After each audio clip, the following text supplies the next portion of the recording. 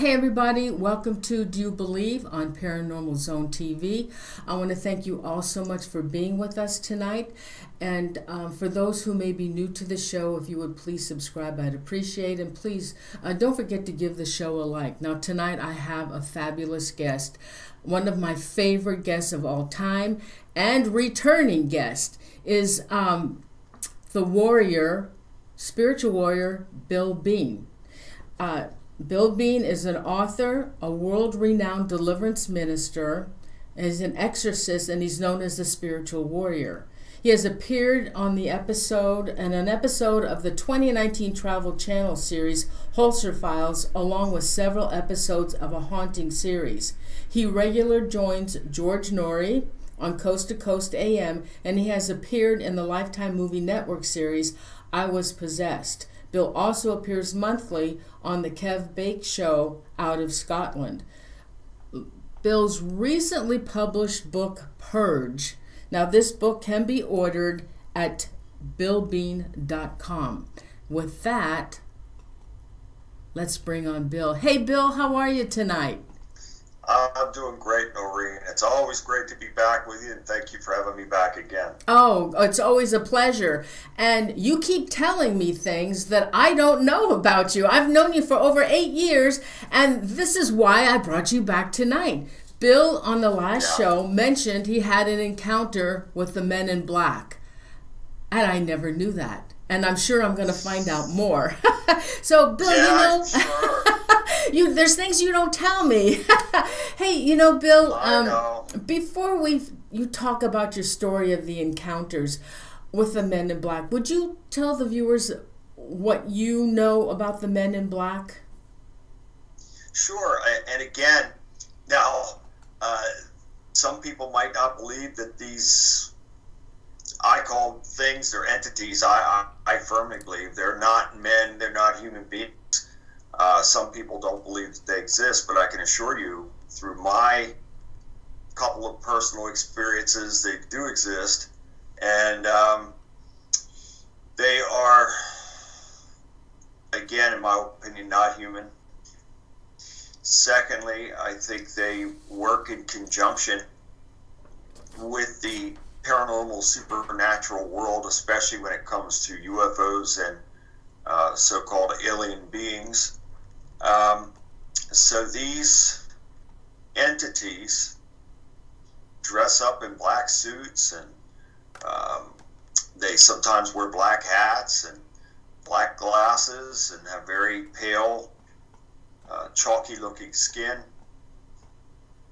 And they talk in a robotic manner. And they have been around for a very, very long time. Probably that we know of in the mainstream since 47, Roswell, but I think they've been around much longer than that. But I think that's when the general public started being inquisitive, about these types of entities. Are they real? Who are they? Where do they come from? Why do they show up in these types of situations where there has been a sighting or sightings or an experience with UFOs and even Bigfoot? So it's all tied together, Noreen. The paranormal, supernatural world is very much connected to UFOs, Bigfoot, Sasquatch, the saw-bait creatures. They're all interconnected. And I think that these, and I really don't know why these entities come to the people, other than, I guess, to intimidate them into keeping quiet. Mm-hmm. In my case, I guess the first experience that I had with one of these entities was in 1997. Mm. And this took place after having this, it was at least 7 feet tall, this entity, alien-looking thing appearing at the foot of my bed. I believe it was in July of 97, I want to say. And my wife and I, we had just gotten into bed, I don't know, somewhere around maybe 2:45 a.m. And we had a little dog back then, a little Yorkie, and that dog, you couldn't sneak up on us or the house or whatever. That dog barked at everything. Yeah, when we got into bed that night / morning, it was very unusual because I'd noticed that my wife had fallen asleep, just like instantly. And the dog had a little dog bed on her side of the bed, so it was by her side of the bed. And my side of the bed, the left side of the bed, was closest to the window. And her side of the bed was closest to the bedroom door. And so I started drifting off. She was already gone. And as I was drifting off, I heard this very loud popping noise in the room. Just a tremendously loud pop. And it was startling. And I was wide awake then. I'm like, what in the world was that? And I found it very interesting that my wife, who's a very light sleeper like I am, remained asleep, and the dog also did not even move or come out of sleep, which was highly unusual because, again, the dog would bark at any little noise. And so I jump up, I turn the lights on, I look through our apartment. I don't see anything out of place, but I know something has happened because that was a loud pop, and it was right near us in the bedroom.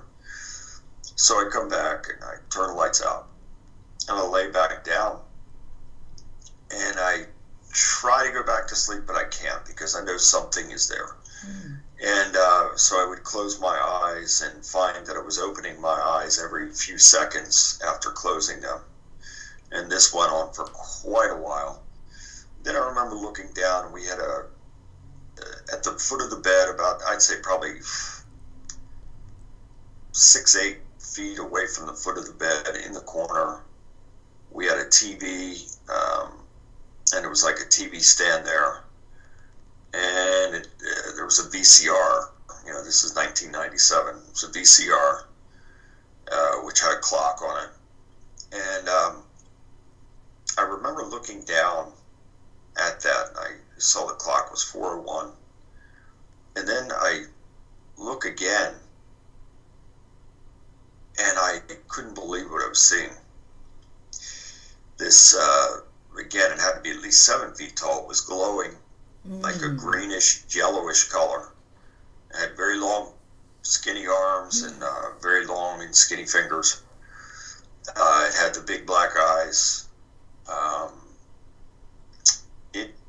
I guess the best way to describe it probably had the look of maybe more of a mantis type of look, the facial features. That sounds like an alien. And then, and then I tried to wake my wife up, but she wouldn't wake up.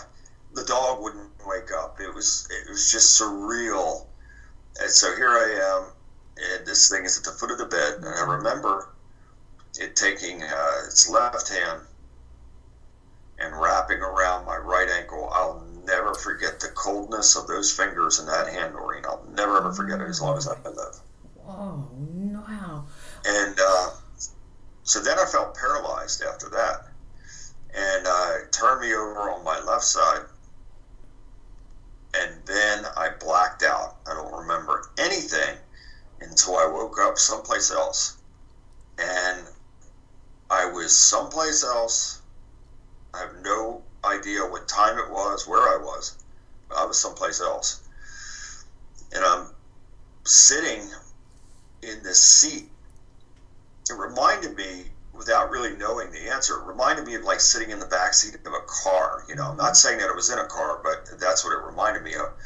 And to my left was this man in black. And black hair, black suit, chalky white skin, slick back hair, didn't have a hat on. and didn't have glasses on either.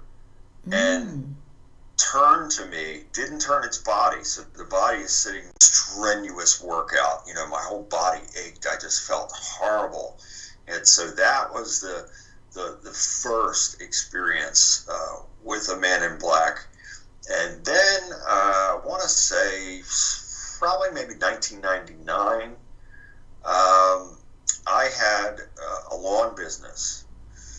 And I had gone over, I had an account with this individual who owned a home in Glen Burnie, Maryland, and no one was living in the home. He lived in Virginia, and I had an account with him. He would send me a check every month for my service of maintaining the lawn over there.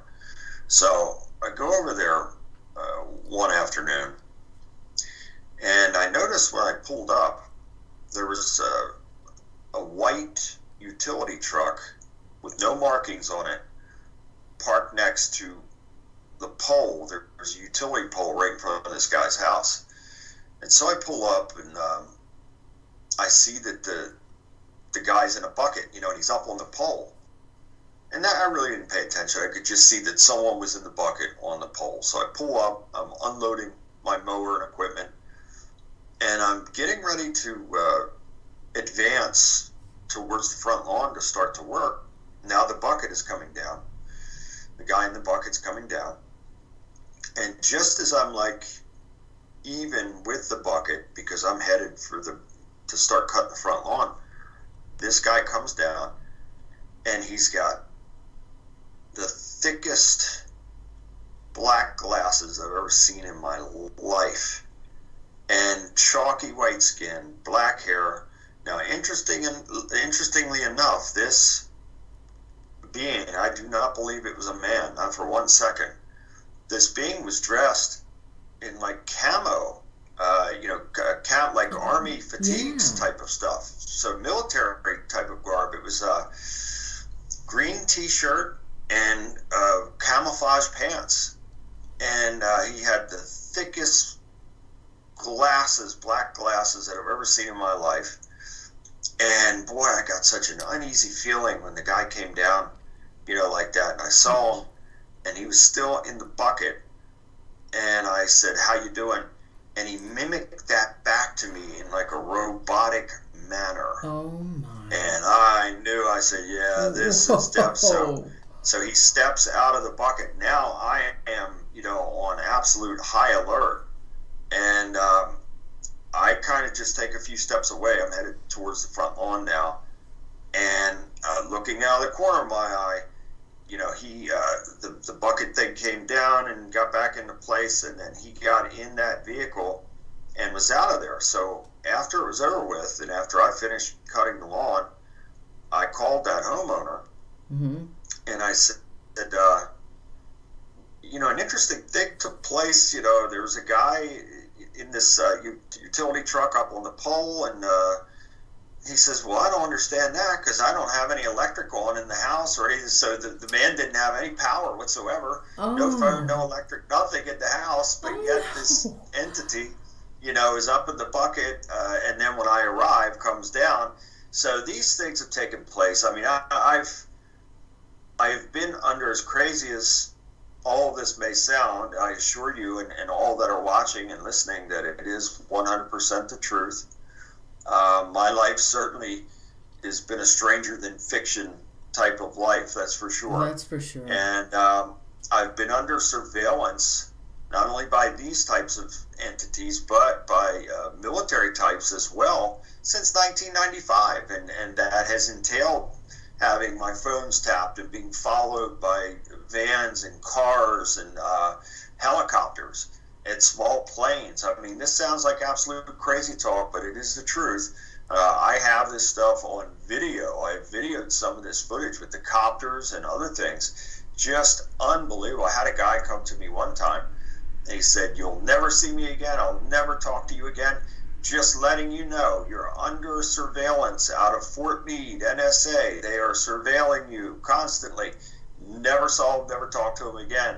So that's how bizarre this has all been, Norene. And again, I think if not for God's covering and protection over me, they'd have killed me a long time ago. And it is by the power of God that he has kept me alive and that he has put me in a position as a spiritual warrior to help people. But rest assured, and make no mistake, and there's no bones about it, I've had just about every type of paranormal supernatural experience imaginable. Oh, I believe it, Bill. Oh, I certainly believe it. Okay, so what I want to know is this has been going on since 1995, you said? Okay, what were you... this type of surveillance, yeah. But this is when this whole thing started. What were you doing, Bill? What were you doing? Well, it actually started in 1970. I would say that this has been going on. This really, when you really think about it, and I think you've seen this picture, Norene, the picture in 1969 when I was 3 years old. It's a Polaroid photograph that was taken by either my father or mother. And it was supposed to be a photo of just me standing in front of these bushes. And in the photograph, it was as if a dimensional doorway was opened, because in that photograph, you see all these different types of beings. It's like this lion head over top of my head. There's a gray alien about 3 feet tall standing to my left. There appears to be what it looks like a Bigfoot creature to the left of of that, and all these other different faces. It was as if some type of doorway opened, and all these entities came into the picture at the same time. And so really, that was 69, and yet there was another photo taken in 68 of my sister and I. I was 2. She was, I want to say, probably 11, and it's Christmas time, 68. We're seated behind a toy piano. She's to my left, and then to her far left is this giant black hooded thing. It had to be at least 7 feet tall. And so that was the first known photo. And I discovered that in my mother's personal photo collection, long after she had passed. I discovered that in 1995. Found all these bizarre photos. So this really has gone back to at least age 2. And it is all very much tied together. So here's the best way to summarize it all, in my opinion. I feel that before I came into this world, God had designated me for an assignment, and that assignment was to be this spiritual warrior to help people. And so if that's true, then the devil knew that there would be such an assignment on me, and I think that he had set out to try and destroy me from the very beginning to keep me from getting to where I'm at right now. And so I suffered greatly as a child, as a teenager, and even as an adult, going into my adult years, and been in many life-threatening situations, and God spared my life and saved me so many times over the years. And again, it was for this reason. I look back on it now and I say, yeah, it makes sense. I couldn't be here now in helping people had I not been there. So it's all part of the journey. I had to suffer those things and experience those things to be able to relate to people. So if somebody says to me that they're having these types of things, I can say, yeah, I understand it. I've experienced it as well. So now we have common ground, and we can, there's a trust that can develop because the person knows that I've been there. Otherwise, if I were the biggest scholar in the world and the smartest guy in the room all the time, but yet if I'd never had the personal experience, well, then there's no way to come together with a victim. There's no way, because I haven't experienced it. I wouldn't be able to relate to that. So God knows what he's doing, and I think that's what this is all about. There have been times in my life where I've had these UFO sightings and felt like I was being protected and escorted somewhere, wherever in my travels I was going. Other times, I felt like my life was in danger, and that has happened many times over the years. But again, God has kept me protected through it all. And before we, wrap things up tonight, I'll go into some things that have taken place in this year of 2021. And I've had some divine experiences and sightings, and then some other sightings that I thought, wow, I think that's evil, and I would bind and rebuke and cast out and command it to depart. So we are living in a time like no other in our lifetime. I believe that Yahweh's forces of good are getting and have gotten into place for this great and terrible day that's coming, and the devil has his demonic forces in place as well for this great and terrible day that I believe is coming sooner than later. And boy, oh boy, it is so important, Norene. I can't emphasize this enough, and I didn't come on your show to preach a sermon. I came to speak truth. And I can't tell you how important it is now for people to come back to God and to repent and just make him first and draw as close to him as possible. And he will draw that close to you, and his son Yahshua Jesus the Christ will come into your life. It is of the utmost importance now, because I feel that we are on the cusp of something. And I think that, again, the enemy, the devil, has been trying to kill me and eliminate me from this earth for a very long time, because he did not want me to be in this position where God works through me to help people. You know, is this part of your book, Purge? It is. Yes, it's a very strong message of faith. It is also a guidebook, too, Noreen, that I give people step-by-step guidance on how to connect with God, how to come back to God, and how to maintain that relationship with God through these specific prayers. And it is so important to make God first. And look, I am not perfect. I don't claim to be perfect. I'm a human being. I make mistakes just like everybody else. We all do. But I can guarantee you this, that God is first in my life. The first thing I do when I open my eyes every single day is I thank him and praise him for the day. Life is a gift, and we are not promised tomorrow. So for those who say that, A, they don't believe in God, or B, God doesn't work miracles, I beg to differ, because he works a miracle for us each and every single day. It is the miracle of life. You know, Bill, I want to go back a little bit about this Men in Black, because now we did show that picture on the last show. Yes. And, okay. Yes. Now, what house were you? Okay, so we know that your mother was visited by aliens because we've seen those pictures. What were you living in that house when you were 6 years old? Yes, I was 4 when we moved into that house, but the photos were taken. That first photo with the black figure was taken in 1968. I was 2 years old, so that was in the Linthicum house. That was the house before the Herondale house.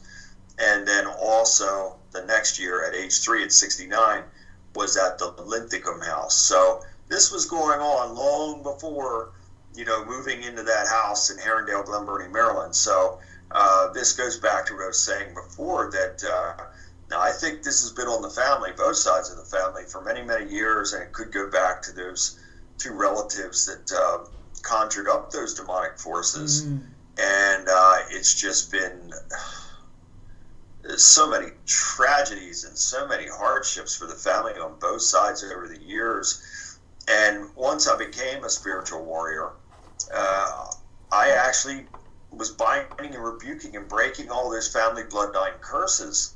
And so by the power of God, it stopped in the way of tragedy. Although I will say this, I believe it was about 6 months ago,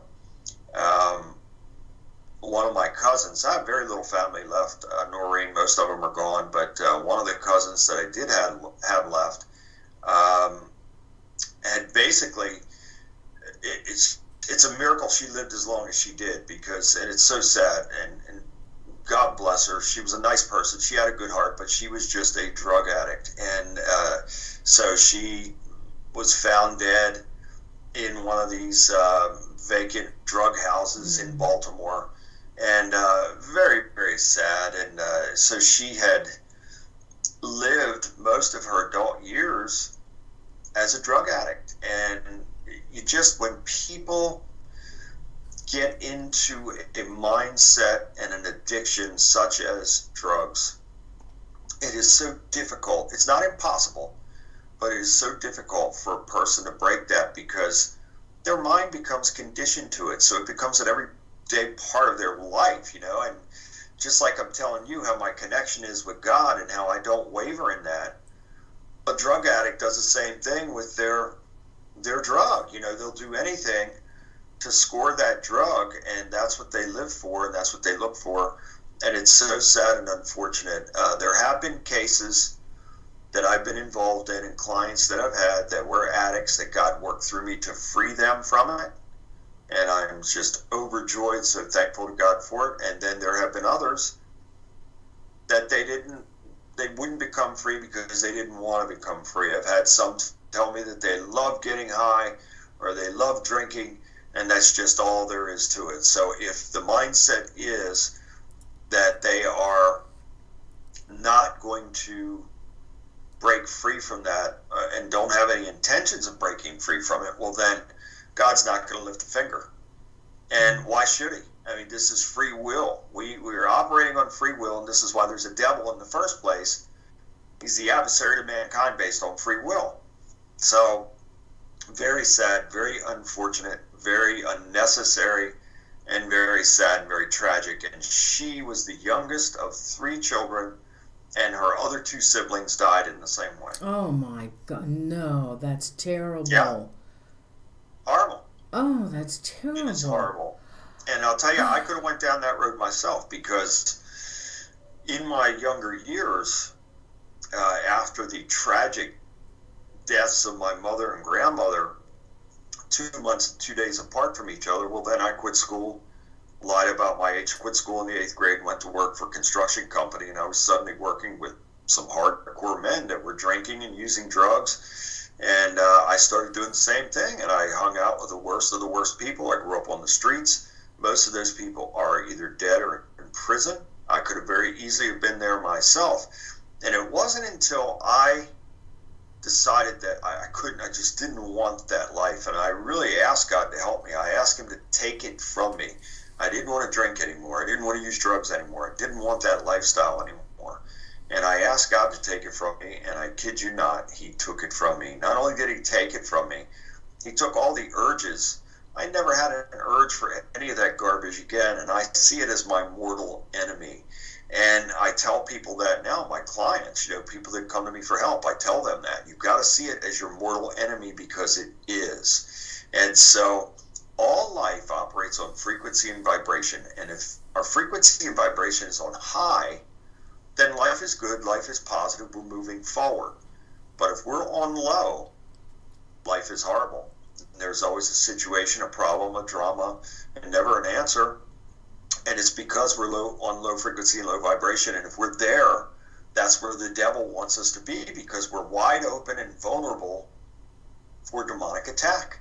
He knows it, and that's part of the game plan, to get people into those positions by their own free will. And then once he has them in that position, then he can go to work with the plan of destruction. Okay, but Bill, there was a reason why these men in black visited you. I still feel that there was something that you were doing that caused them to appear before you. Now, usually they come in 2s or 3s, but yours was 1 at a time? Yeah, 1 and a 1, yeah. And I understand this. Again, back in that time, so my first UFO sighting was in 1977 with my family at that house. So it was out in the backyard over the ravine in 1977, and other families were out in their yards as well watching it. So that was the first. But again, Norene, there are other pictures that I'm sure you've seen. The picture of my mother in 1975. Oh, yeah. So the UFO thing, the sighting was in 77. 75, she's got the alien beings in the photograph with her. 74, there was another photograph with another alien-looking being in it. So this really goes way, way back. So this has been going on for a while. So I will say that in 1995, for whatever reasons, I began having frequent sightings, and I wasn't seeking these things. They came to me. And I started in October, on October 5th of 1995 was the first UFO photo that I'd ever taken. And then I started to regularly document them. So I think by my documentation, and then I started going on some local shows. The first show I went on was the Dr. Bob Hieronymus show, 21st Century Radio in Baltimore. And I think when I started doing that, then I started drawing the attention of these agencies and these non or extraterrestrial, whatever you want to call them, types of entities, these men in black that were coming to give warnings, because I was starting to reach people. A lot of people were reaching out to me, telling me about their experiences. And then I started to have these sky watches in the Baltimore area. I've had as many as 50 people in a group with me that have witnessed these objects with me. And so then I started getting local news coverage. Every local news station in the Baltimore area covered my UFO footage and stories. And so I think that had a lot to do with it, is that people were seeing that this was real. And so then I think these entities were coming in to give these warnings. Mm. So when the one said, "Don't talk about this," it Yeah. wasn't the visit that you had with him. They were meaning for you not to talk about the UFO subject, period. Yeah, yeah. And I mean, I'll never forget how it was just robotic, mechanically, robotically, the way the head just turned like that. And it was such a sinister look. And I just had an awful feeling, like skin crawling type of feeling. And, for that thing to turn and turn its head, in that robotic type of manner, and then say that, just, you would have had to have been there to see it and hear it for yourself to really understand what I'm trying to relay in this account. But boy, I'll never ever forget it. Wow. Have you had any more of these visits? No, but I will say this. I have at times seen vehicles, and I'm hyper aware. I'm hyper aware of my surroundings and people around me at all times. And there have been a few times over the last several years to where I would be going to my vehicle and I would get an uneasy feeling, and then I would look and then see someone sitting in a car, and then sometimes the car would follow me out. Sometimes it wouldn't, but there have been times to where I thought, okay, something is definitely going on here. And then even in other states, because as you know, I've traveled over America many, many times, helping people from all over America and 50 other countries as well. And there have been times to where in certain cities or towns, wherever I was, I would have a UFO sighting or copters over top of me, or again, the feeling like somebody was following me or something. So it doesn't bother me, and I'll tell you why. I know that God is protecting me. I know that it is God who has kept me alive through all of this. So if God's with us and for us, then nothing's going to stand against us. So I don't care what they do. Their tactics don't work on me as far as intimidation. So if anything, I guess all they can do is surveil and then report what they're seeing, and when they're surveillance, however they're doing it. I really don't care, because I don't live in fear. I live in warrior mode, which is faith, strength, and courage, and I will live that way for the rest of my life. So I always try to keep my frequency and vibration on high. Therefore, I'm not dropping the frequency and vibration to allow any types of attacks to take place. I refuse to ever be a victim to anyone or anything again, and I praise God for that. And I can say that by the power of God that's working through me. So again, in this new book, Purge, I talk about this, and I outline all of this and give people a battle plan, how they can be in this level of warrior mode as well to keep the devil and his minions at bay. Wow. I had a recent, matter of fact, I document them all the time. I have and I'll share these with you, some of these experiences that I've had in 2021 alone. Okay. But I went out to a client in, what was the name of that? Trying to think of the name of the town, Altoona, PA. And on the drive up, I didn't notice anything out of the ordinary, and I went there and helped the family. And I left that house probably about 11:15 p.m. that night. And so I get about within 15 minutes into the drive. Now, this is out in the middle of nowhere. There's no air traffic out there. And so I'm on this desolate, dark road, 2-lane road. And I see this. I thought at first it was a copter. It's coming over. So I was traveling southeast, I think. So it's coming out of the, let's see, so I'm traveling southeast.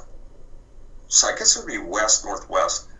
And it crosses in front of me. Now, it's up in the sky, at least 10, 15,000 feet.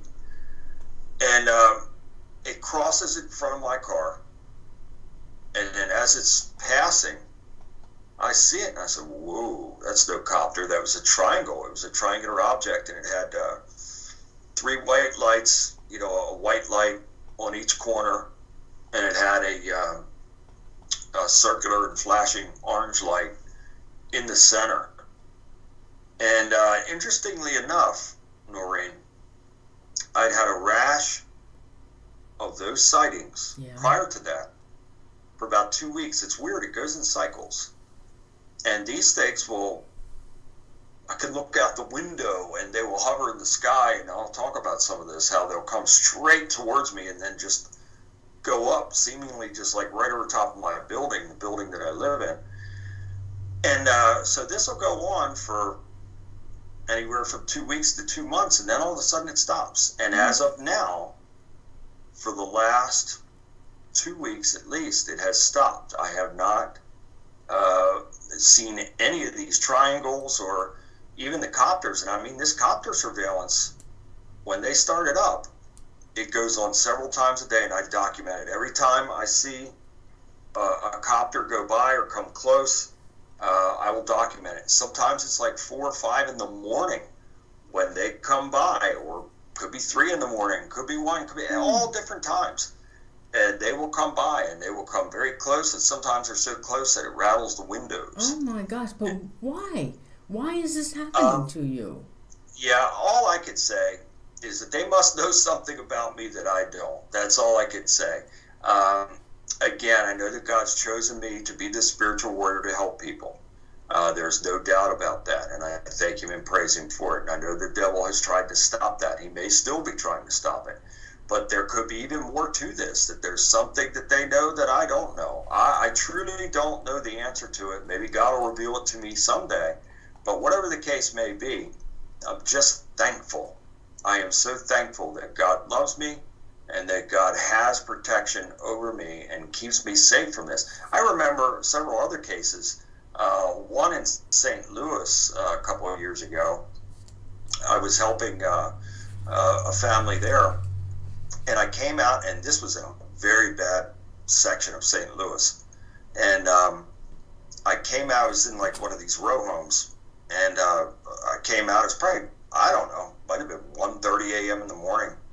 I come out, and there it is, this copter right over top of me. As soon as I come out of the row home, and I get in, I rented a vehicle, I get in the vehicle, I'm heading back to the hotel. And that thing was right over me. And this is what they do. They will stay right over me.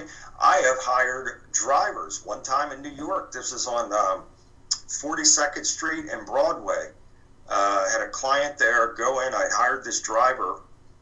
He took me because parking in New York is a nightmare. That's why everybody takes taxi cabs, because it's a nightmare to drive and it's a nightmare to park. And so I hired a service out of Secaucus, New Jersey. So I parked my vehicle there, and they took me from Secaucus, New Jersey into Manhattan. And so the guy lets me off. I go in. I'm helping this client. And the whole time, I'm hearing the copter over top of the building as I'm helping this lady. I hear it the whole time. It's circling around. So then everything's over with. I come out. I call the driver. As soon as I come out of the building, there's the copter. The driver pulls up. I get in the vehicle, and we're starting out of the city, and the copter stayed right over top of us as we were going out and going into New Jersey. And then when you went into New Jersey, did they fly away? Just faded off then. Wow. So it's just absolutely astounding. I could, and I have some of this on video and photographs, so it's not just, you don't have to take my word for it. I have the footage. And there were times also, I worked years ago, I worked for a CEO of this big company, and I was like a driver and did bodyguard work for him as well, and also detailed their vehicles. And so I'm out in the parking lot one day, and I'm detailing a bit. Now, interestingly enough, where this business was located was within miles, just a few miles of Fort Meade, NSA. And every time I went out there in the parking lot to detail the vehicles, this copter would come over and just continuously circle me, and I would take video of it. And I mean, they would come down low, Norene. They would point their nose towards me and come down. So they were making it known that this was about me, and this was intended for me. And boy, oh boy, if not for my faith, I mean, just those types of things alone could drive a person insane just through the fear and paranoia of a situation like that.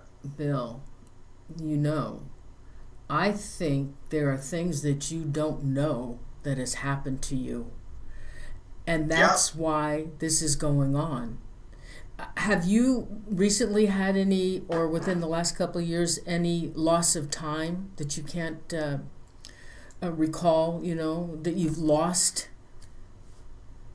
No, not that and believe me, I am hypersensitive to all those things because of everything that I've experienced. So I can't say that I have had any of those experiences, you know, in recent years, especially since becoming this spiritual warrior and drawing close to God.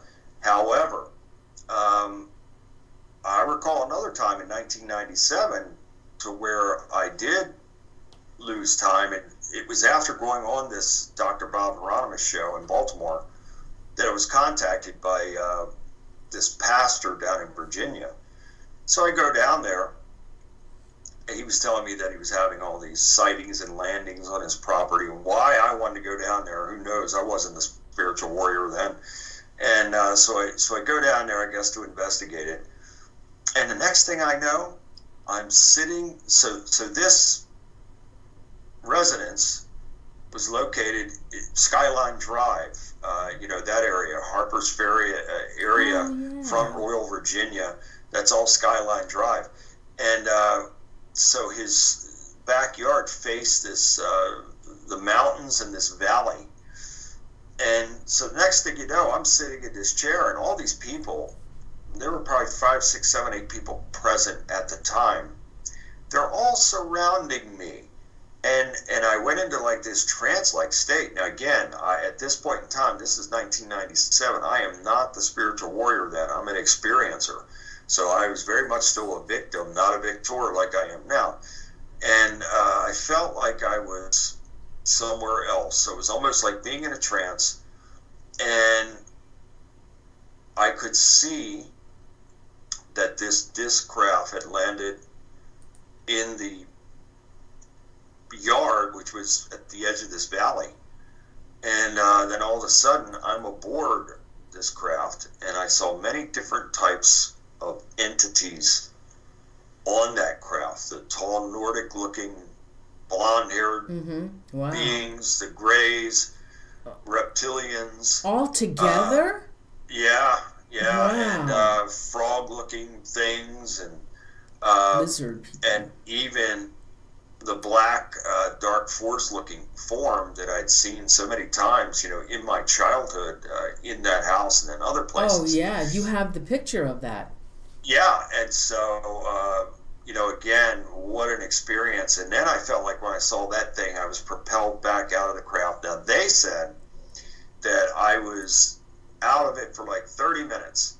And so now I'm back to, and I started feeling very, very ill. I felt terrible. And so the guy that had gone with me down there, I said, I have to go. We left and we went back, and I continued to feel worse and worse. And I developed something to where I felt like something was in my throat. I felt like it was like a ball in my throat. I couldn't even swallow. It was terrible. And it progressed more and more day by day. It got worse and worse to where I felt like I couldn't breathe. I felt like I couldn't eat. I could hardly drink anything.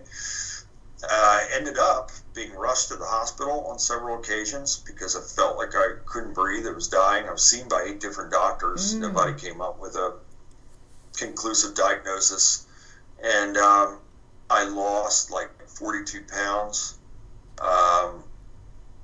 It was even more than that. I think I was 242. I went from 242 to like 198 within 6 weeks' time. And it wasn't until December 16th and 17th of 1997 that I believe God intervened in this. It was the early morning hours of December 16th, 1997. I was brushing my teeth. It was like, I don't know, somewhere around 4 a.m. And I felt like a piece of the toothbrush had dislodged. It was in my mouth, and I reached in, and I was reaching in to pull out what I thought would be a piece of bristle. Yeah. And out on the end of my index finger was this flat, gold-looking, chip-looking thing. Wow. It was about a 1/16 of an inch in size, and it was flat and gold. And something told me to save it. I certainly felt like God was telling me to save it. I did. I put it in a little baggie, and I put it in a film canister. You were chipped. And I saved it. And I noticed that when that thing came out, some pressure had come off of my throat. So then the next morning, on the 17th, I started coughing. I was in the bathroom, I started coughing, and I spit into the sink. And when I spit into the sink, 2 more of those things came out. Oh, no. Yeah, I washed them off, I put them in a baggie, and I saved them as well. And then all of the pressure. So whatever those things were, when they came out of me, my health was restored. So I believe that God worked a miracle for me and got them out of me. Okay. And then I started coming back to normal again. But I'm telling you, I felt like I was dying. There's no doubt about it. I mean, I can't describe to you how bad I felt from July of 97 up until December, midway December of 1997. I suffered like that. And I'll never forget it. I'll absolutely never forget it. And I believe that God worked a miracle for me in getting those chips out of me. Oh, my God. So I could live. Well, they put those chips in you. That's why your throat hurt. Yes. Now the thing is, you might have, Bill, you've been abducted by aliens and probably other family members as well. And you probably in your body somewhere have a chip that you haven't found. Eventually, you may find it. I've talked to other guests that have been abducted that they found the chip in their body as well by accident, and that's probably how they're finding you. They're finding you through that chip. You'll never lose them until you find that chip. Well, again, I praise God for everything. I don't worry about who they are, what they've done, why they do it. I could care less. And I thank God and praise God for keeping me safe. And another thing I got to tell you about, and to your point, is 2 more things. One, I was asked to be on a TV show in Tucson, Arizona, and I want to say it was 1999. The show was called Off the Record with Ted Lohman. I flew out there. I'm on the shuttle bus because I flew into Phoenix, and now I had to get on this shuttle bus and go from the airport from Phoenix over to Tucson, and that's Interstate 10. And so I'm on the shuttle bus. I don't know, there's probably 20 people on that bus with me. And I don't know how it came up, but somebody asked me what I was doing in town or whatever, and I started to share why. And all of a sudden now, Norene, I'm sitting on the right side of the bus against the window. And as I'm talking, and I had the attention of the whole bus, so we're all, they're all asking me questions and all this stuff. And as we're going down Interstate 10, I would say probably at 65, 70 miles an hour, something hits the side of the bus right where I'm sitting on the outside, and it really hit it with tremendous force. Boom! And so the bus driver stops, pulls over to the side of the road. We all got out. Everybody on that bus got out, and we looked.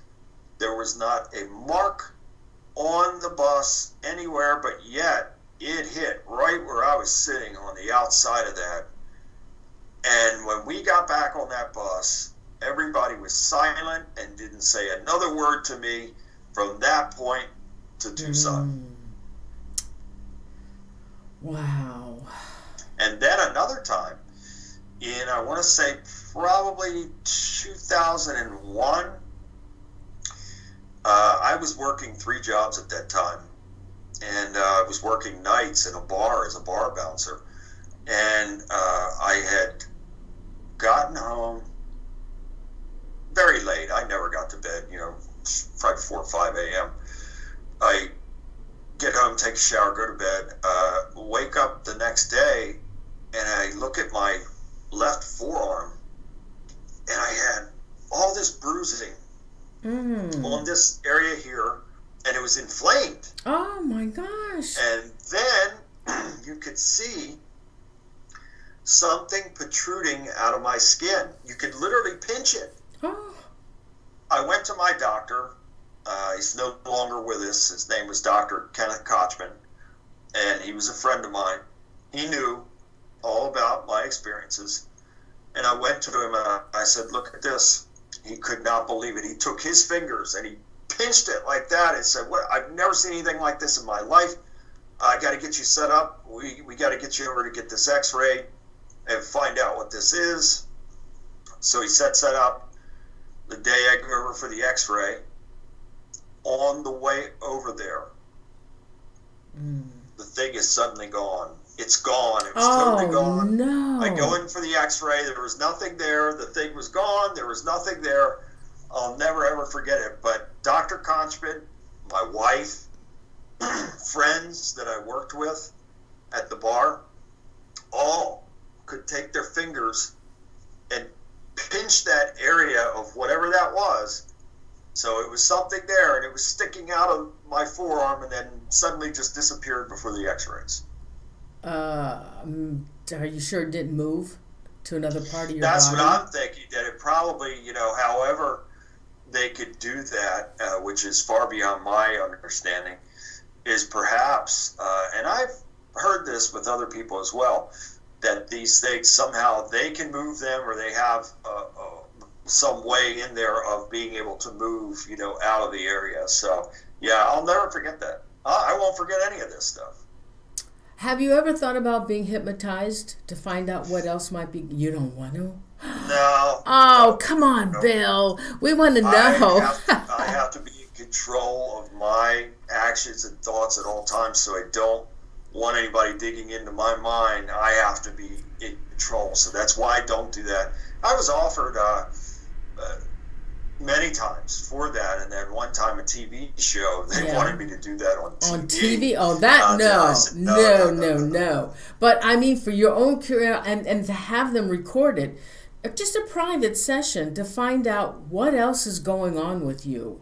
There's something that these aliens, there's something that you have, or, I mean, they probably do this to a lot of others, but there's something probably about you, why they're always following you. Well, and the chips, you may have another chip in you, which I wouldn't be surprised as to why they're finding you.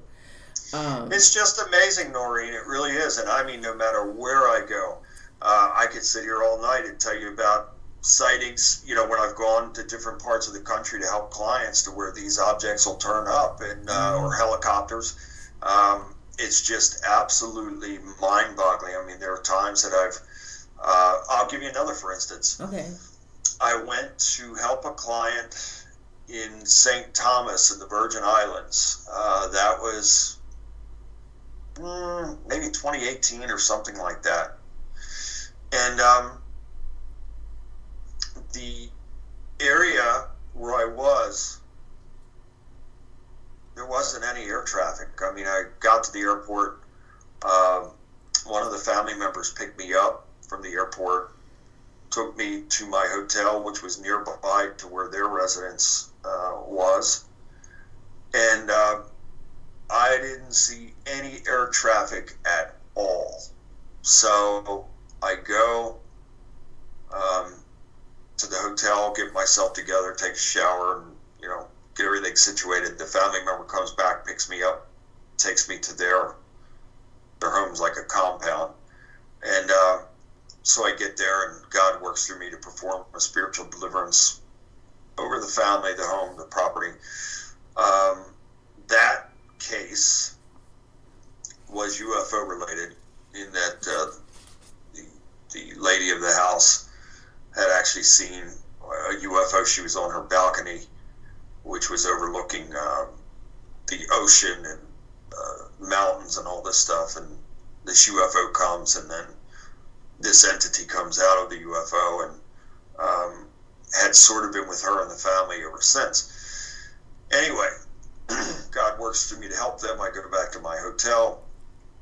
The next morning, I get up, and I'd say it's probably around 8:30 a.m. in the morning now. Again, this whole time, since I'd left the airport, I had not seen one plane or copter or anything in the air.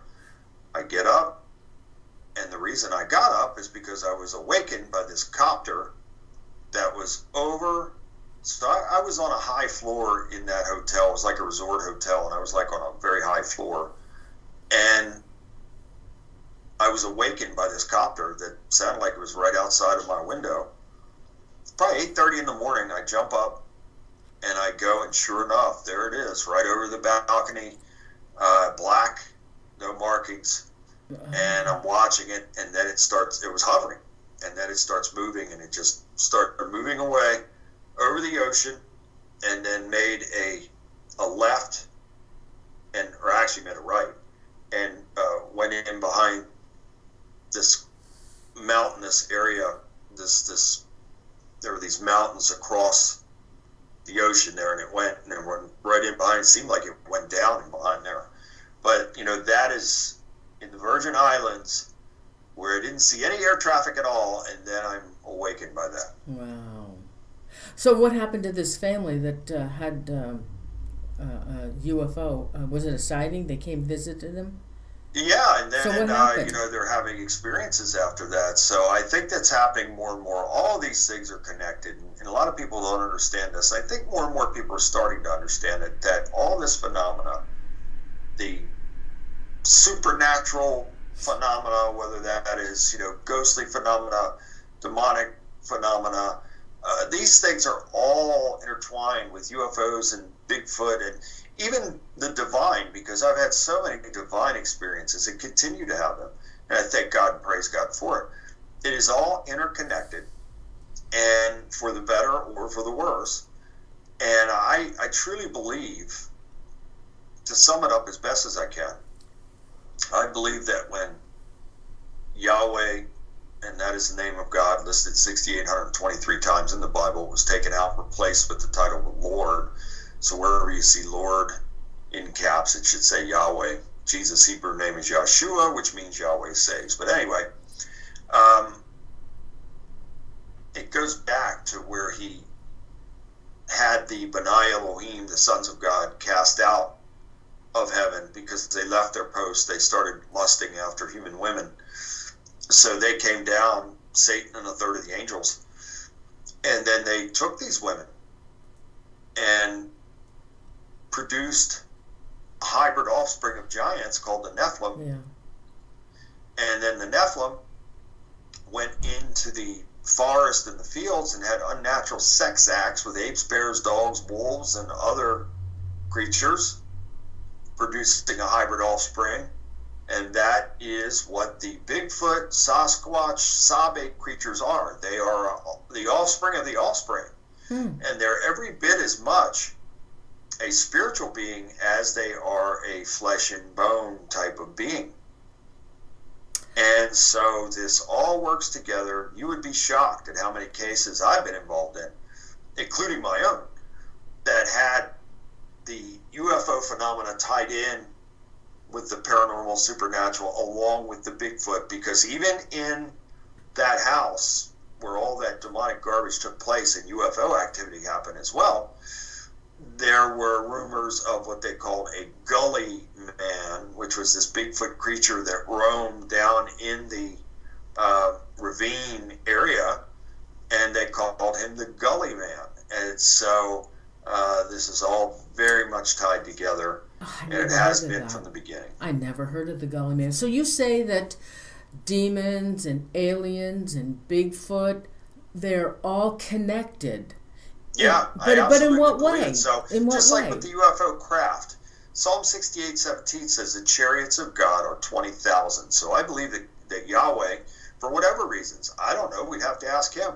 I don't know, but I do believe that he created, and if he doesn't use them personally, which I believe he does, because in the beginning of the Bible, it puts him there in one of them, these Merkabah, these flying craft, which are called clouds, pillar of a cloud, flying tabernacle, flying scrolls, rolls, you name it, it's all mentioned in the Bible, these types of craft, chariots, and so it is quite possible that God, Yahweh, created these things to traverse the heavens, which means skies in Hebrew, and when Satan and a third of the angels were cast out, they were cast out in those flying craft, and the Vimana craft that came down here not only took human women, but also taught forbidden things, and this led to the downfall of mankind, and we are where we are now in this world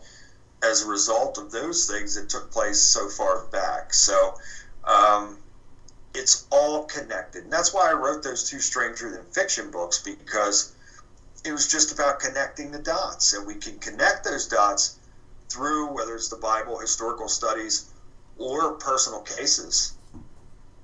That we have something that we can connect those dots and say, wow, okay, this makes sense.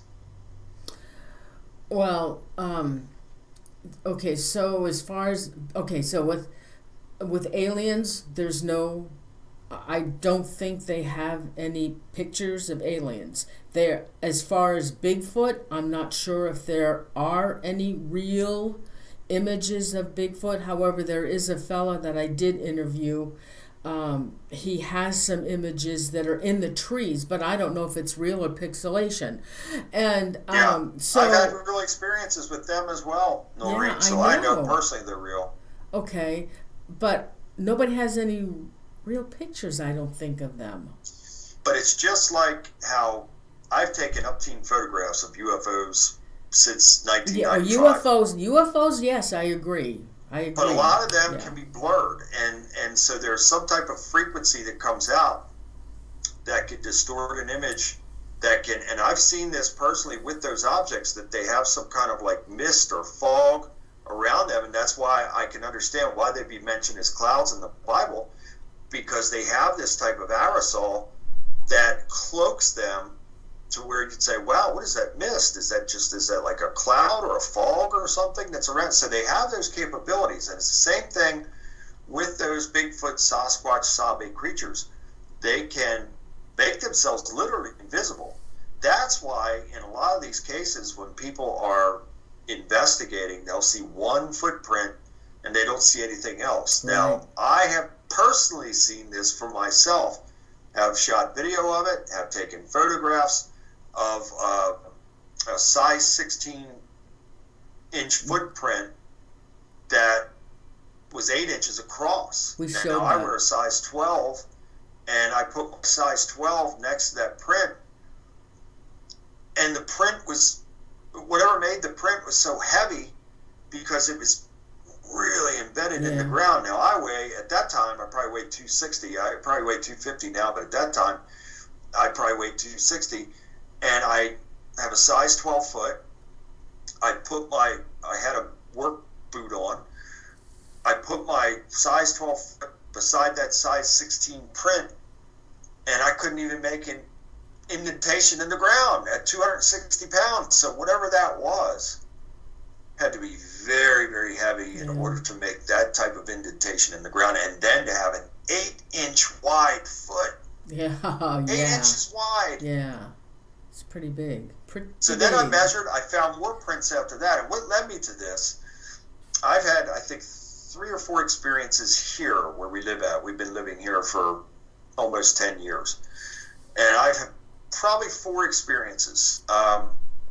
And what led me to this on this one day was I was getting into my vehicle, and there's a lot of sightings reported around here because it's a very heavily wooded area in the general vicinity. And so I was getting into the vehicle, and I noticed that a small tree had, and I've never seen this before, the tree was laying over top of, now where I live, there's a pool outside and a pool inside, and I guess those are the units for the poles, and then maybe a backup AC unit or something. There's 3 units out there. And I saw this tree, small tree, laying over on the units. I've never seen anything like this before. So I got out of and we didn't have any bad storms or anything like that. So I was perplexed, and so I started getting in the vehicle. I saw it, and I got right back out, and I went over there. Something had pulled that tree out of the ground, Norene. You could see the roots. Something pulled it out of the ground, and it fell on top of those units. And I got a saw, and I cut with a saw. I trimmed it and got it off of the units. And I'm looking, and I saw that print, and I went and I started photographing and taking video. And then I could see it was like the one print, and then I started seeing other prints, and it was like on the edge of this embankment, and the strides were like 40, I think 46 or 48 inches apart.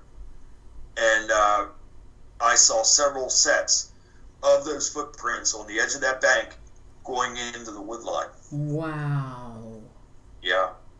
Oh, wow. And that's right where I live. And then the most recent, and I've been keeping, in 2021, I have been keeping accounts of the experiences. And so let me find this for you, and I'll tell you exactly the date, the approximate time. Hey, Bill.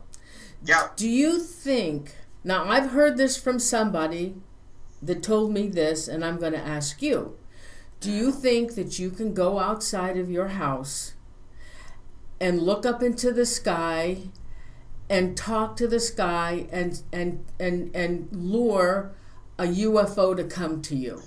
I've done it many times. Yeah, Oh, get out of here. I used to, I don't do it anymore, and I'll tell you why, because my only communication is with God. I want to have my communication with God, and even when I'm performing spiritual deliverance and exorcism, I ask God to send his giant warrior angels. But in the past, yes, I used to put back then it was the big camcorders, and I would put a camcorder on a tripod in my backyard. I lived in Baltimore County at that time, and I would set it up, and sure enough, turn it on, and these things would come.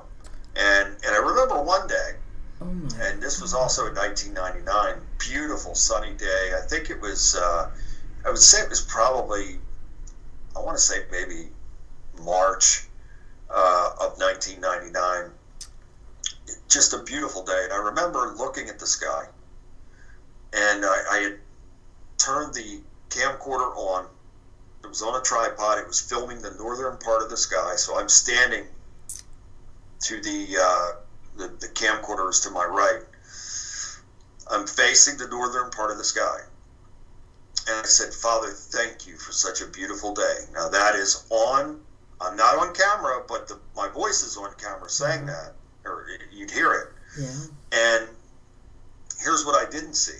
When I said that, I did not see anything yet when I reviewed the tape.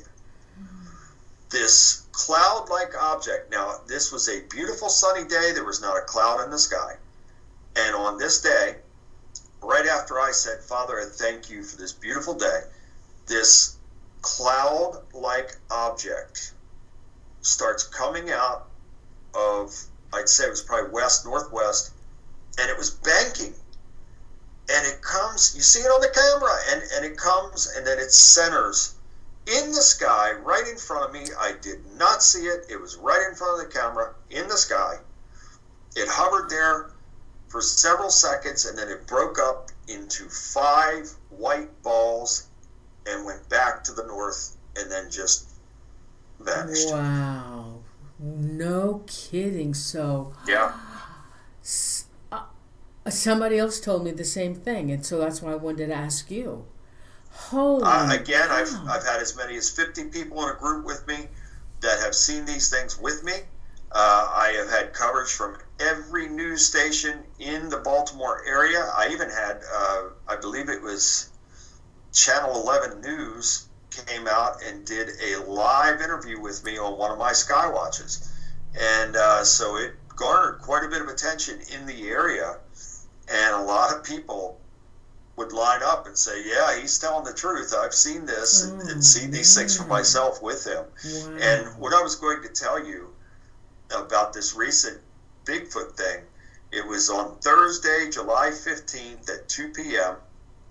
I was in the parking lot waxing my car, and I started to hear movement down. So where my vehicles are, I'd say it's probably maybe 40 feet to the edge of that parking lot, and then it goes down an embankment.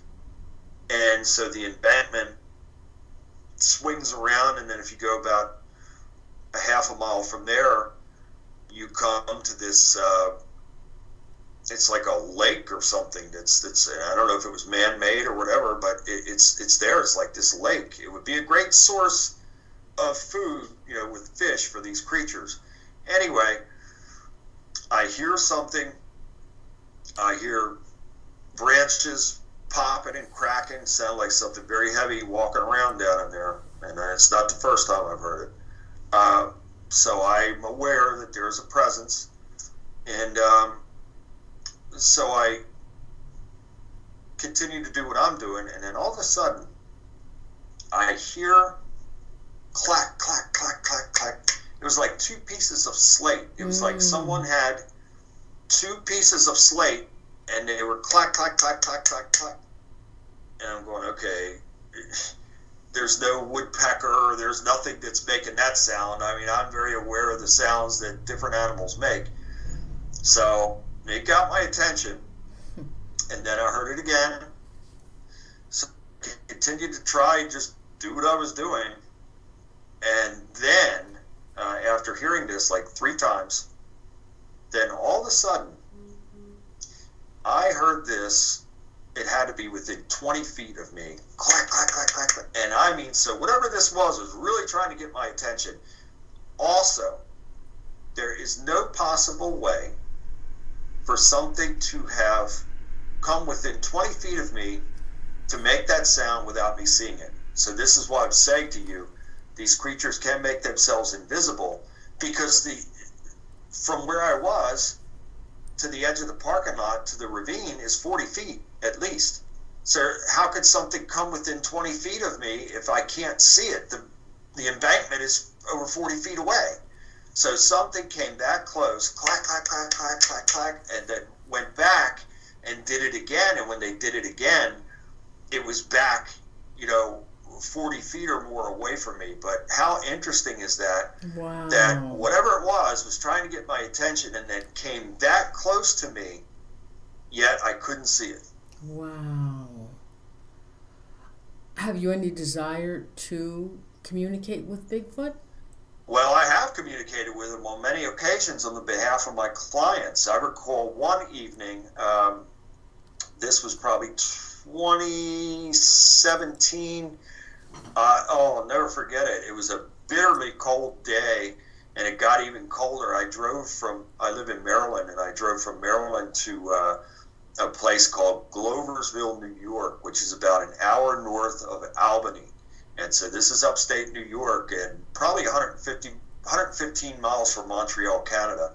And it was bitter, bitter cold. It was probably 15 degrees, and they had quite a bit of snow there. And the winds, just brutal, Norene. I'll never forget it. And the family was having terrible demonic problems, but they were also having problems with the Bigfoot, and their animals were being traumatized, and they said that these creatures were coming out of the woods. So they had several acres there, and it was a very heavily wooded forest type of thing behind their general yard in the backyard. And I was with two other guys and the homeowner, so there were three guys with me, and I went to the perimeter of the wood line,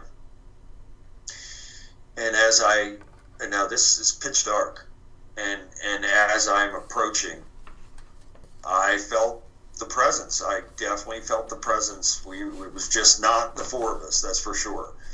And I said in an authoritative, loud, authoritative voice, by the mighty power of Yahweh and his mighty and holy name, in Jesus' name, I command you to leave now. You are scaring these people. You are creating problems and torment for them. I want you to depart right now by the mighty power of Yahweh and his mighty and holy name, in Jesus' name.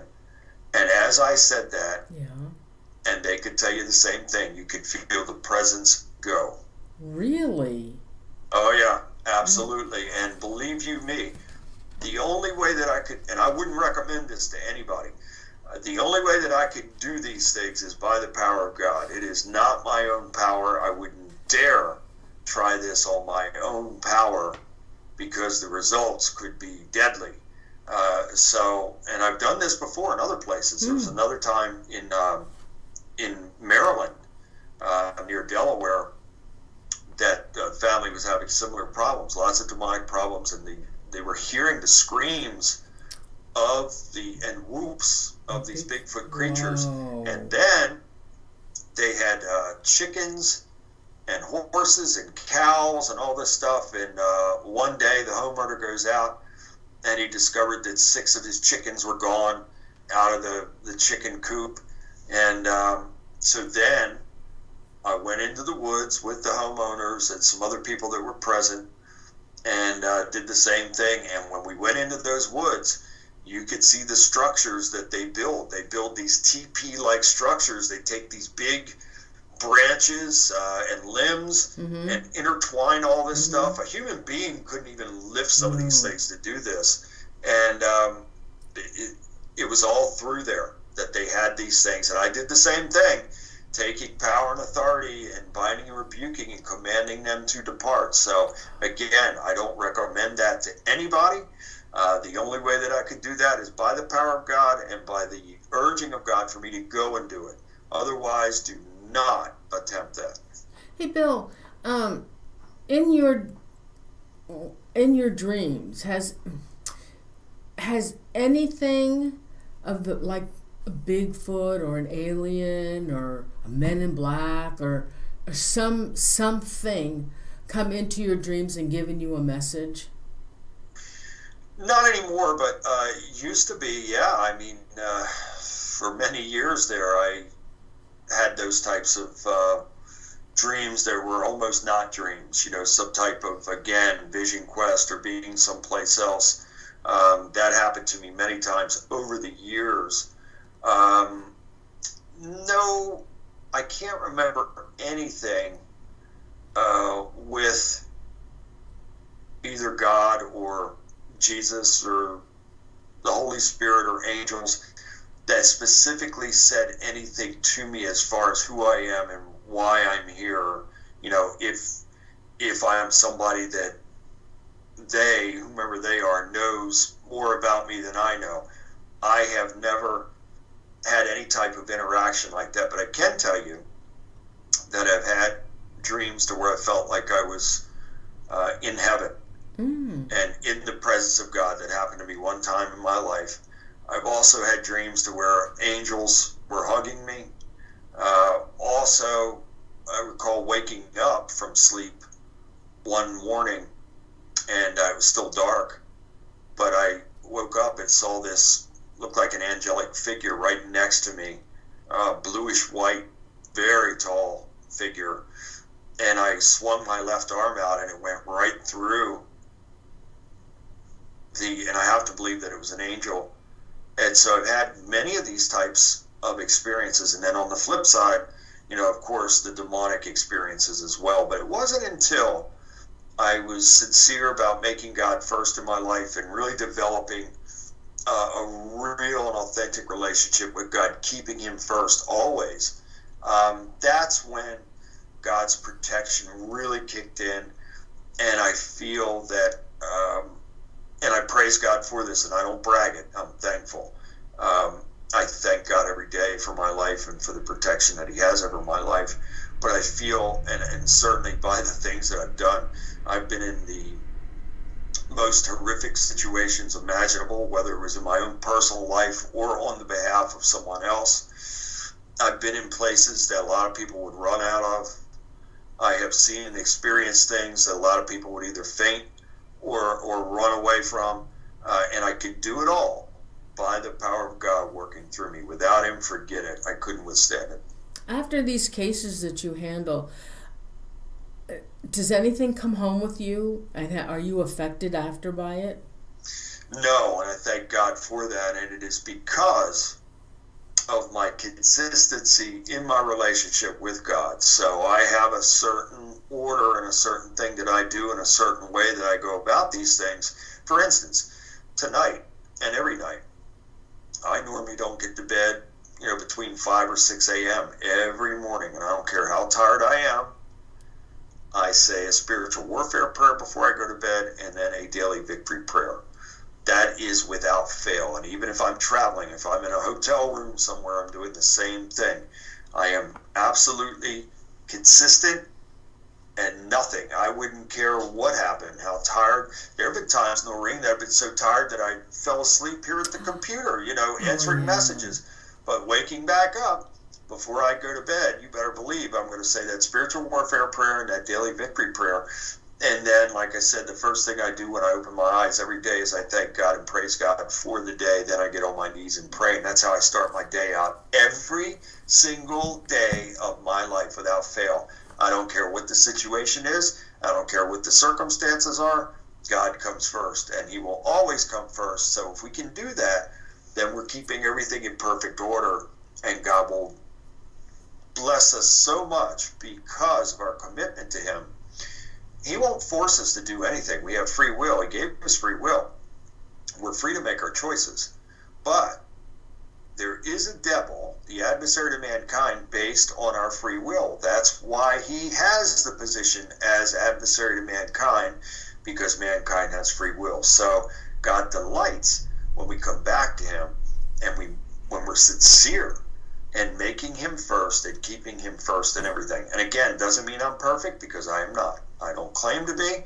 I do the best that I can do, and I try to be the best that I can be each and every day of my life.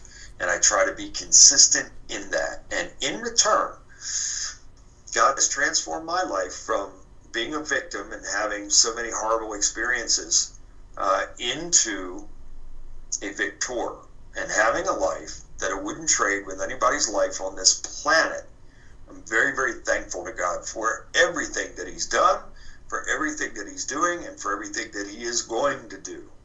And so that's how I live my life. And again, God keeps me blessed. He keeps me safe. He keeps me empowered, and I thank him and praise him for it. Wow, Bill. Well, Bill, I want to thank you so much for joining us tonight. It's always a pleasure. The viewers absolutely love you, and I have fun. I just enjoy having you on the show. I love listening to you. I can listen to you all night long. I'm looking forward to coming back, and I hope the next time we could dig into the new book, Purge. And I'm really happy and proud of this book, Norene. And this, again, is something that God put on me to do, and I obeyed that. And I think this is the 9th book that I've written, and I really believe out of all the books that I've written, I think that this is the most important one. Let's see, do I have audio on this? Yes, and everybody, this book can be purchased at thebillbean.com. You can purchase that, and his other books are available also. I believe they're on this website as well, and also the collection on Amazon is there. Bill, yes, I'd love to have you come back. Now, I know this book was just released, but would it be too late to have you back like in January? Would that work? Yeah, let's do it. Yeah, and then we'll come back and we'll talk about this, and who knows, by then I might have another one too, so we'll talk about this and the other one. I'm sure I just let God control all of that, but I'll tell you, Norene, I'm really, really, and I'm going to say this. Yeah. Yes, you can get the books at BillJBean.com. I will sign it, send it out to you personally. It's great to sell a book, wonderful. But I feel so strongly about this that if you are in a position that you cannot afford to pay $20 for this book, and you're broke, and you're having financial problems, send me an email, and I will send you a free internet PDF copy of it. Oh, that's really nice of you. That's really nice of you. I think it's important for people to know this information, Norene, and it is very important now, especially the times we're living in, that people really arm themselves with the power of God. So, again, what will this book do for people? I can do to help people. So what will this book do for people, Bill? This book is going to lift people up and empower them. So it talks about, obviously, the spiritual warfare aspect of things, but it also talks about depression, grief, addiction, all these things. So I have, written about all these topics and how they all tie together and how it all really boils down to a spiritual matter when it comes full circle.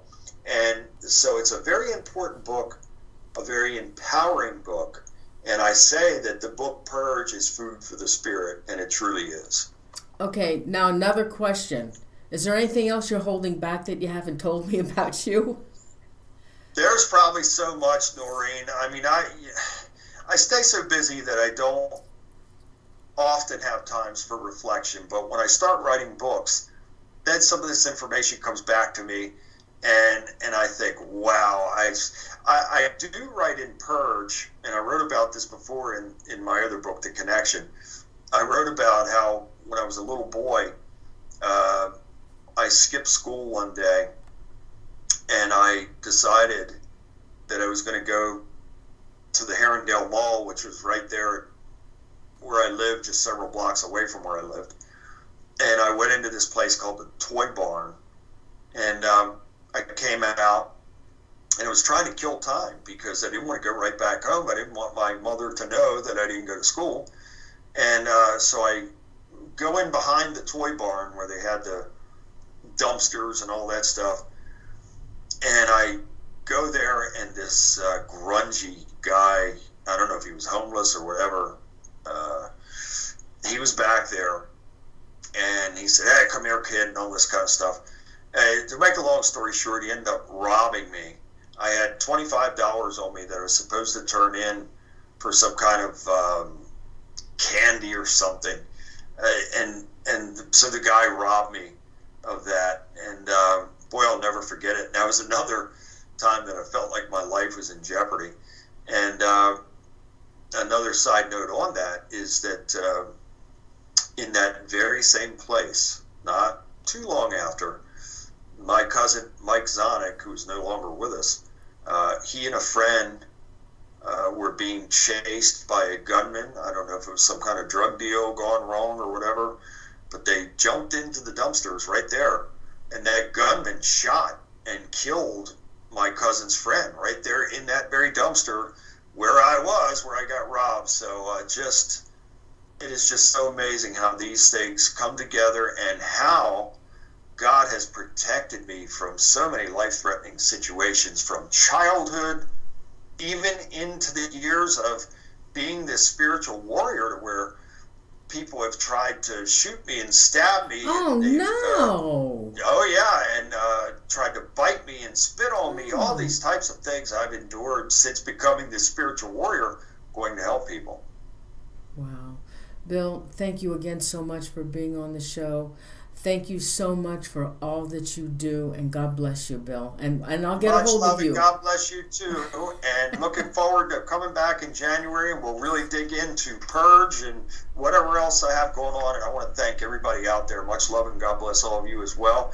If you're in need and you're out there and you're in a really bad place, don't hesitate to contact me. BillJBean.com. You can email me directly from the website, and we'll get back to you. So, Norene, thank you so much again. I truly appreciate it, my friend. Thank you, my friend. Thank you so much. God bless you. Good night, Bill. God bless you, too. Good night. Good night. Oh, God, I just love Bill. Let's see. He is so awesome. Hey, everybody, I'll have Bill back again. Yeah, and he's probably right. He will probably have another book. But I love listening to his stories. He's always a wonderful guest. And everybody, thanks so much for being here tonight. And I got Super Chat money. Thank you so much. Andrew and his Gnome Trucking Company. Thank you so much, and I want to thank my mods, Chippa and Renee McDowell, everybody. Renee just had an operation, and pray that she stays safe and everything stays clear for her. And we pray for you, Renee, and hope that everything all works out for you, and I'm sure it will. So the next show is October 14th with Angela Thomas. It's going to be a mystery show. A mystery show. Strange disappearances, unsolved murders. And I'm going to try and think of some good stuff. I know there's some cases I wanted her to... like the Yuba City 5, the boys that went to a basketball game, and on their way home they ended up in the national park and they disappeared. And then their bodies were found except for one fella. Nobody has ever found him. I'm really curious about that case. And I'm curious about Cabin 28. Who slaughtered that family? But if you guys have any cases, because it's October, so we need some really strange cases. And did you ever hear of the Bunny Man? How he goes through this tunnel, and if you go in the tunnel, you don't come out. I've always wondered about the Bunny Man. But if you guys have any anything really creepy that we could do, send me an email. Oh, who did that? China C. Oh, China, thank you so much. Send me an email, Paranormal Zone TV @gmail.com. Okay? Thanks, China. I'm glad you like the show. Send me an email and let me know some really creepy topics we can do. Then November, oh gosh, hold on, guys. I'm sorry. I'm not... Hold on for a minute. Just hold on for a minute. November, I'm doing a show with Vanessa Hogel. She had written a book on how to tell a real psychic and not to be fooled by scammers. And so she wanted to come back this time and talk about one of her books. And I thought, well, you know what? That would be a really interesting show. Because how do you know you're not being scammed? And then December, I have Patrick Meacham. I did a show years back with him. He lived in this haunted house that he found out was actually cursed. And he has some newspaper clippings and he has some history on the house. And he's going to talk about this cursed house that he lived in, and that's for December. So that's what I have lined up so far. And I will be back in January, even if I only do one show a month. I don't want to give it up. Hopefully, maybe I can go back to 2 shows again next year. But I've got so much going on. We've been remodeling and redoing, and my sister now is building a house on our property, so she'll be 20 feet away. Her house will be 20 feet away from mine.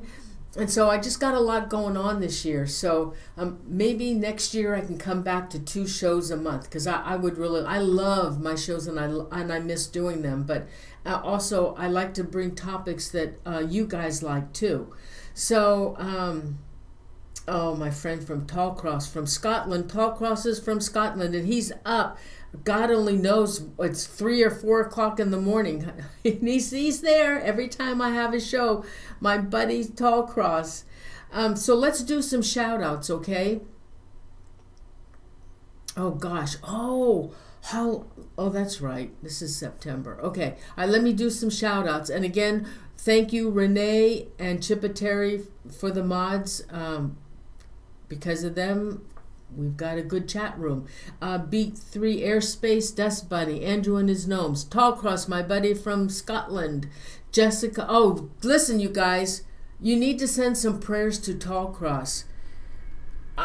He needs your prayers. He's in a healing right now, and we want him better. We want him back to normal. So please send Tallcross your prayers, as well as Renee. Please, thank you. Let's see, Lewis, Erin Spellman. Oh, Erin, haven't seen you for a while. Jessica Luna. Let's see, I am Alpha. Okay, who else? I know we had a nice crowd tonight, so who else wants shout outs? I guess everybody's leaving now because the show is over. Psycho Lady Liberty. Yeah, we haven't talked about ghosts for a while. We could do that. I want a nice ghost story. Alba Witch Wiggler. Anybody else want to shout out? Rocky Dirt. Again, China Sea, thank you so much. And again, Andrew, thank you so much. Anybody else want to shout out? Tallcross, of course, you'll always get a shout out. Okay, Matronista, Davy Jones. Oh, okay. Davy Jones, you retracted. Okay. Okay, anybody else? Lewis, I got Lewis. Okay, anybody else? We've been binging right now on, oh my God, it's that show with the airplane. You think I could think of it? They only had 3 seasons. It's still going on. It's about the airplane. Anyway, I can't remember. Okay, so I'm going to go. Everybody have a great weekend, and I love you, and thank you so much for being here. And I'll see you October 14th, okay? And I'm going to come up with some topics for Angela, and I'm hoping next year that Vanessa will come back and air some of those mystery shows with her remote viewing, because she does it right on the spot. And I love Vanessa, so I'm hoping she'll come back next year, okay? So send me a message for any shows that you want, and some really scary topics at Paranormal Zone TV at gmail.com. I'd really appreciate it, guys. And thank you so much again. I love you guys. Big hugs to everybody, and I'll see you October 14th, okay? Thank you. Love you. Bye.